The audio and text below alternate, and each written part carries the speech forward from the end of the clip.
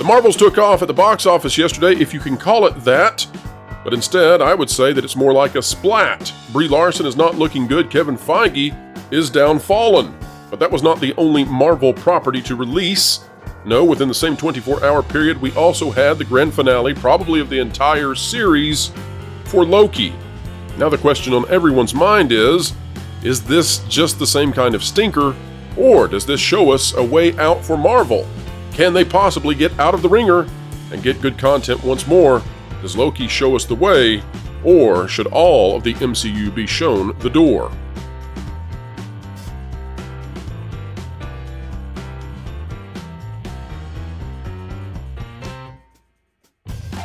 Alright folks, we've seen Loki, the finale for Season 2, maybe the finale for both seasons.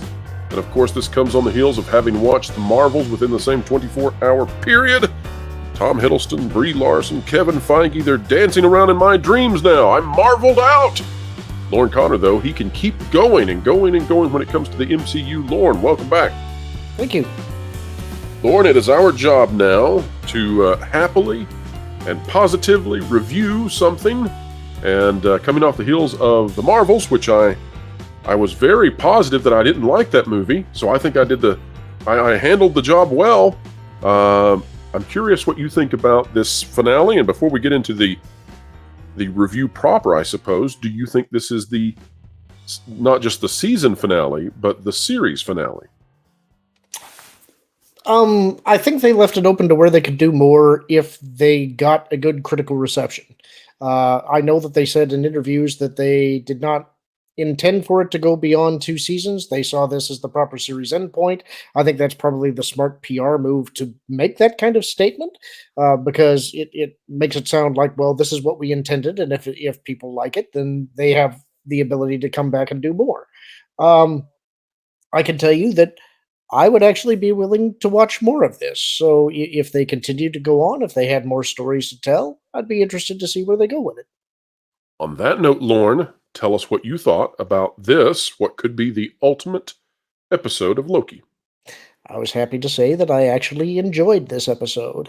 I wasn't entirely anticipating that. I wasn't sure where they were going to go with it. I thought that some things throughout this particular series had been contrived, but I liked where they ended up. I wasn't offended necessarily by anything particular in it, and I had a good enough time that, like I said, I would be willing to watch more. Is it the greatest thing ever? No.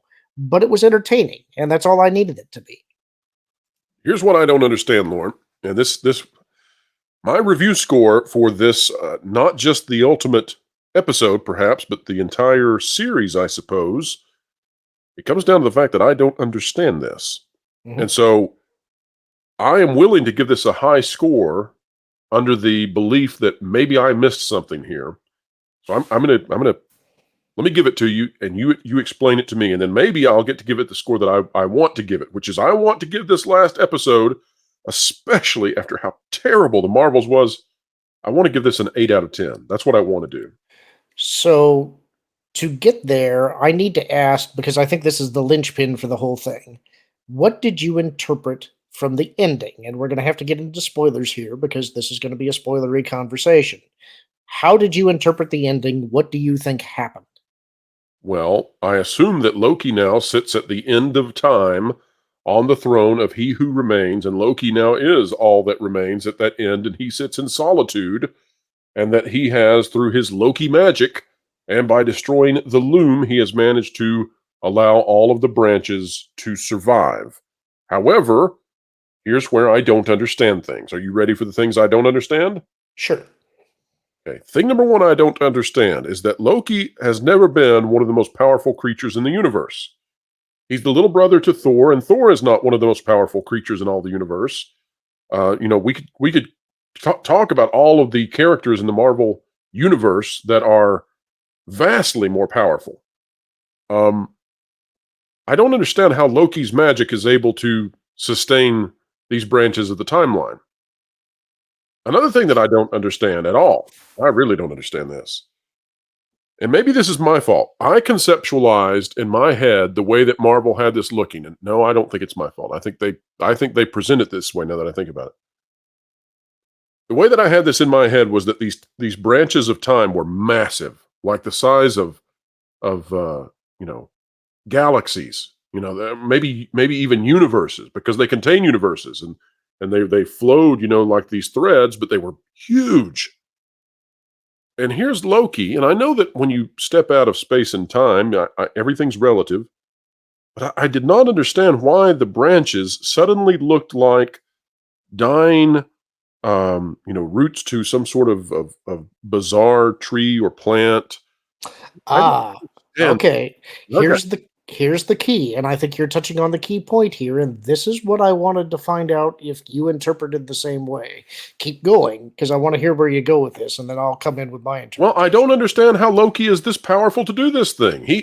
How is Loki so powerful that he can be the sustainment of all of the branches of time? I thought that he who remains was this technological wizard who had managed to step outside using physics of some sort, step outside the bounds of time, and manage to control the infinite number of possibilities within the multiverse through this loom.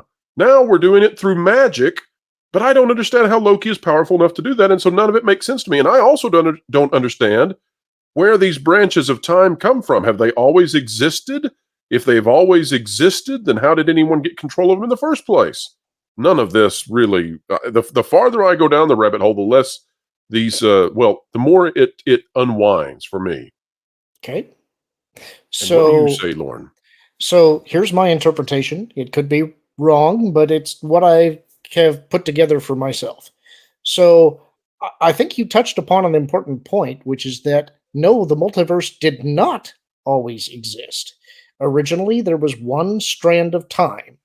And then, through the mistaken actions of Doctor Strange, and the botched spell that he wove to try You're and telling help me this is all poor Peter Parker's fault?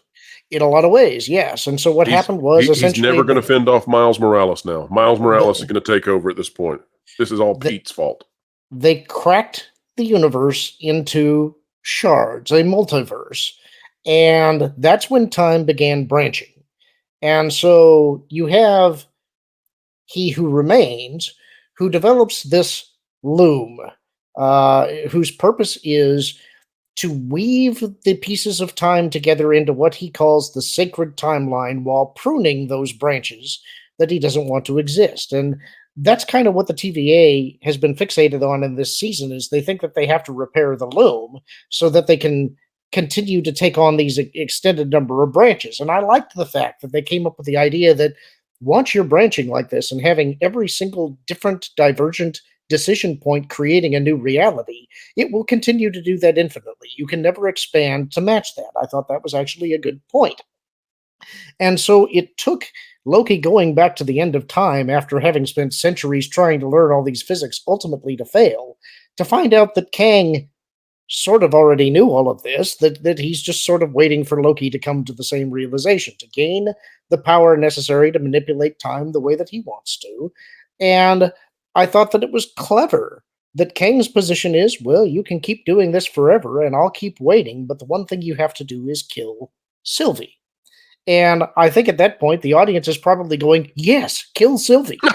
But but, but in a Lorne did a dance around his entertainment system. but but actually in a rare moment, this is kind of why I like the episode, is that they did come up with an interesting twist, which is that you never want to let the villain put you in a box. You do want the villain to put you in a position where you have to make a complicated moral decision.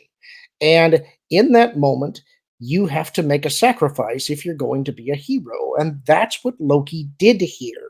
He found a way to give up what he wanted and to sacrifice himself in order to try to preserve these timelines at the end of time. Now, part of the reason they're not so large is because this is why everything has been going to spaghetti, is that you have these threads that are unraveling. They're becoming smaller and frayed and pulling everything apart with it. What he's doing is taking those threads to the end of time and now weaving them himself in place of the loom. But what I wanted to ask you is, did you notice the imagery? Did you see the imagery as they were pulling the camera out? Well, yes, but tell me what exactly you're specifying here. It's You're going somewhere. Yggdrasil. It's what? It's Yggdrasil, the world tree. Oh, yes, yes, I did notice that. Yes. That's the world tree. That's Norse mythology. So what he is doing is he is now weaving space and time so that it touches all of the 9 realms and preserves reality for as long as he can. He's buying them time to try and figure out, how do we deal with Kang? So then what happens when Loki no longer can sit on that throne in solitude and do that? And is that where That this is going then? Well, I think it depends, because what you saw also at the end is that Ravonna Renslayer is back in the past and now presumably in Egypt, and probably now going to team up with Rama Tut. So the cycle sort of begins again. Because Loki did not kill Sylvie, that means Sylvie did kill He Who Remains, and that's why Loki can currently sit at the end of time. But if Ravonna Renslayer is now in the presence of Rama Tut, he can now start his conquest and eventually end up at the end of time to challenge Loki. So it all depends on how long does it take to get another Kang up to speed. This is actually the first time that Kang has been interesting to me as a villain. I've never particularly I liked agree with you. Kang because he always feels to me like he's a better concept than he is as a character. This last episode actually made me respect Kang a little bit because it was kind of brilliant. It's like, I died. Okay, I'll just wait for you to come back because you're eventually going to have to end up here and deal with this situation. I thought it actually made. Okay, there were a couple of episodes that I didn't care for so much because it felt to me like padding. You're wasting time. And that actually ended up being a point of the series. They actually made that work. You're wasting time. They've been wasting time this whole time because they didn't understand what Kang was doing. And that made the series, it elevated it for me. So, Lorne, I'm here's what I'm going to do with this review. Uh, I have some qualms still about it, in terms of there are some things to me, but the problem is you can always ask another question, and there's always a mystery behind that. Mhm. And so I could fall for that fallacy and just keep asking questions about the timelines and where did they come from and all of this sort of thing. And we could. I lean towards giving this the entire series based on this finale an 8 out of 10. I found this to be a lot of fun, for the finale, and for me, it overcame the terrible episodes in the first season and the mediocre episodes this season. And for the most part, this season has been 4s and 5s and 6s. Mhm. And the first season, the premise, of course, started off with, I was like, this is some of the best television I've ever watched. And then it devolved into just horrid propagandist kind of material. But this finale is fantastic, so long as someone doesn't come through in the comments in a little bit and be like, "Oh, by the way, guys, here's where you're wrong, and here's what this really means." And none of it Right. makes sense if you just think about this. And then I may readjust, but I think I give Loki an 8 out of 10, and I say that on the exact same day that I gave the Marvels a 2.5 out of 10, and it was truly horrible. Um, I feel as if I'm in whiplash right now with Marvel, and I feel as if this should have been on the big screen, and the Marvel should have been a Disney Plus. Gosh, maybe just an animated featurette. I don't know, but what would you give it, Lorne? Both the finale and I guess the series as a whole. So, despite the praise that I'm giving the finale, I feel like I'm going to have to temper my score a little bit. Initially, I was thinking that I would give the finale an 8. But I do think that the show is in some ways too complicated for its own good, and it is relying on the audience to sort of reason it out yourself for what you think it is. And if that's what you think, then go with that. I think that is a little bit of a cheat. So I think I would put my score at maybe a 7. Um, I don't think this would work as a feature because I don't think you have enough time to do this as a feature. I understand why it's a series. I don't think this is enough to revive the fortunes of Marvel, but I do think that it was good. I It, enjoyed it it's a North overall. Star. At least it's something that we can praise. At least it's Yeah, and something. another thing that I would say is that some people have taken us to task for mentioning Jonathan Majors' legal issues, Yeah, you and can't get around it. I think we've taken great pains to say that. Look, we're not really making a judgment on whether or not he's guilty of anything, and Right. we would Presumption of rise. innocence exists here. We totally give it to him. This is we're talking about a business situation. Right. But one of the things that I've been a little hung up on is that I could never decide if I liked his performance or not. And I liked his first appearance in the finale of season one. I wasn't quite sure what to make of Victor Timely. There were times when I liked it, there were times when I didn't. But when we got back to He Who Remains at the end of time, it was right back to me. I like this performance. And so I want to give him props either way and say that you've actually made Kang, who is a character from the comics, has never been of particular interest to me, and you made me interested in him, and that's saying something. So Well, when he raised his finger and paused time, we saw a new version of Kang that we had not seen even in this series, which was the guy who, it's like, okay, come here. You figured out time slipping. All right, let's get serious now. And it's like he's been playing a bit, in every form of himself until right then. And then you get the honest version of him, or at least as honest as we're going to get. And, I hope that Jonathan Majors is an innocent man. I hope that he's cleared of all of this. At the same time, I hope that if he's not an innocent man, that he goes through whatever is necessary for, a redemption arc. And I hope that the victims of his actions are receive the recompense that they deserve.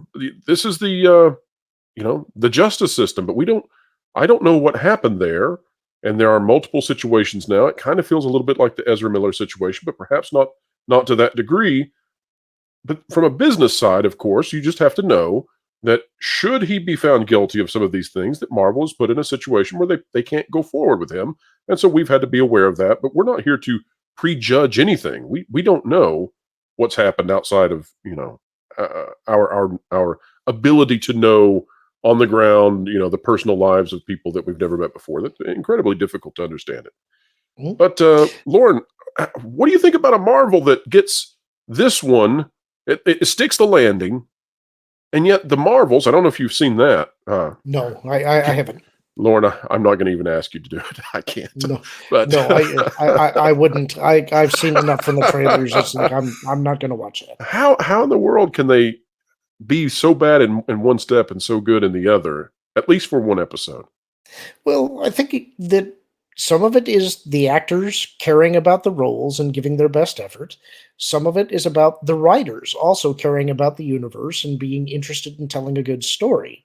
I think that I don't know this for sure, but it seems to me that a lot of the writers that have been brought in to Marvel and some other Disney properties, they're not necessarily fans of the universe. And I know some people are going to take me to task for this because a lot of people are saying this Loki isn't Loki, and I think that that's probably a valid argument that you could make as well. And I'd kind of like to talk about that before we get to the end of this video as well. Well, the Uh, character arc. It seems like this Loki is following the other Loki's character arc without having had to go through the character arc. So that's odd to me. Well, you see, this is kind of where I was curious about how you read it because I think that it's interesting seeing them make Loki a heroic character. I think that we kind of hoped that he would go back to his mischievous ways, but I think you could argue in a way he sort of has. When he was walking out on that bridge at the end and his clothes were being dissolved by the temporal radiation, and then you saw the cloak come out and the horns come back. It's like he is accepting his role as a god and taking that on in a sacrificial way. And I think you can see in the final scene when they're pulling back from his face the pain that's on his face as he's trying to maintain all of this, as he has had to make this sacrifice and let his friends go and have an attempt to live their lives. That's going to take a toll on him. And there's a possibility that he can only do this for so long. And that could be the means that you get back to the villainous, mischievous Loki. Well, hanging Who's on to now that point, Lorn, my one worry. Well, I've got plenty of worries for Marvel. Let me take that back. Perhaps watching the Marvels has put me into delirium, but I'm worried about the MCU going forward, at least through these next phases, because it has gotten so esoteric Mhm. that it seems very difficult for the average person to now enter into watching this and knowing what the heck is going on at all. Also, the stakes and the scope of everything that's happening seems to me to be so far out into science fiction at this point that it's unmoored to what the Marvel Cinematic Universe began with. It's very easy to understand a tech entrepreneur who is building a super suit. It's very easy to understand, somebody from the past century who's been given a serum and now is ultra athletic and carries a shield. These are characters that are very simple. Now the god of mischief sitting at the center or the end of all time, holding all of these branches together, and by that giving the time variance authority the opportunity to figure out how to stop an evil Omega that is coming forth out of this and the variance therein. All of that it's even difficult to articulate. Do you have a fear that Marvel has gotten so weird at this point that people can't follow along unless you just devote yourself like it's a PhD exercise? That's a hard question to answer because we're talking about a different medium. What I was going to say is that this is par for the course for comic books. You always have some grounded heroes that are kind of dealing with street level crime, all the way up to the cosmic threats where you have everybody come together to defeat gods. And that's always been kind of the funny thing about comic books. They are soap operas for boys. They are essentially just wrestling storylines where the power levels adjust to whoever's the heel or the baby face in this particular matchup. So in this kind of a case, because you're talking about movies and TV shows, the audience may have less patience for that. In comic books, you sort of pick and choose what you like, and you read the things that make sense to you. This is tying together, though, a huge cinematic universe. It is, but what makes Doctor Strange, for instance, a popular comic is that you get into the really weird and the esoteric. There's always going to be an audience for that. The question I think that you're asking is, can the audience interpret it? And I think that's what I'm asking. Yes, this show is probably going to be the determining factor for that. I don't know if they can. I think it all. Nielsen does. Nielsen will tell us. I'm not even sure if we've interpreted it. The chat is going to tell us, Lorn. We're reading the comments, closely right now, saying, "What in the world? Did we get it right? Did we get it wrong?" But I also think this is part of the fun of comic books, is that it always comes down to the debate. Everybody gets to take their interpretation and then argue the point. And if we didn't have things to argue and debate, I don't think it would be as much fun. I still don't think Loki's magic should be powerful enough to power all of the branches of time and existence. Good Lord! But I could be wrong about this. I don't know.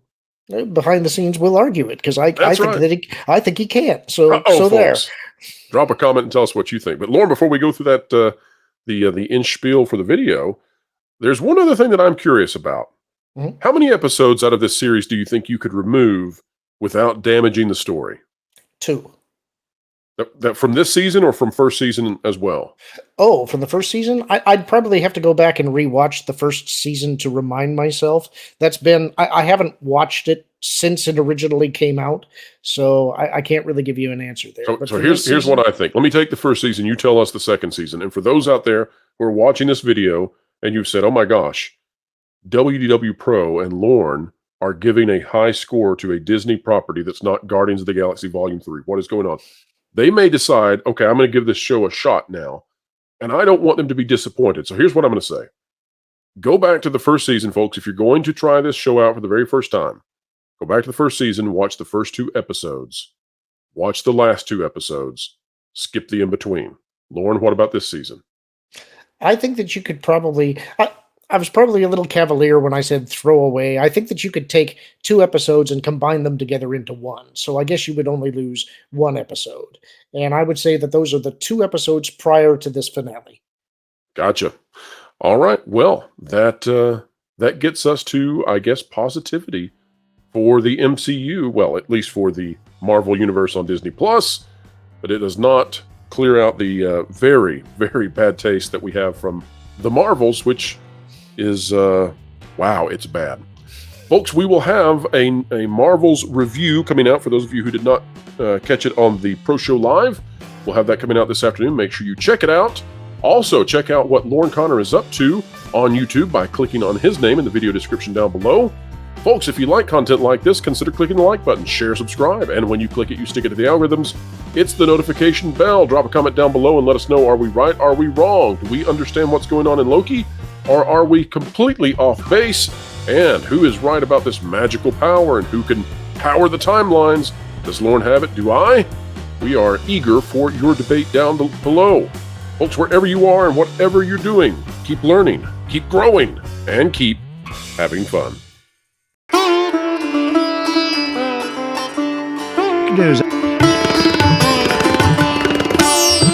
This is Wilton the Troll reporting for That's Park Place, and I'm surrounded by loving and adoring people who are peacefully trying to make sure that poor kids aren't cold in the winter. And just behind me, you can see a totally natural bonfire for baking cookies or making marshmallows. Yeah, so, Wilson, we really appreciate the effort and stuff, but we're looking for real and, accurate news reporting on that Park Place. So not like most news outlets, huh? No.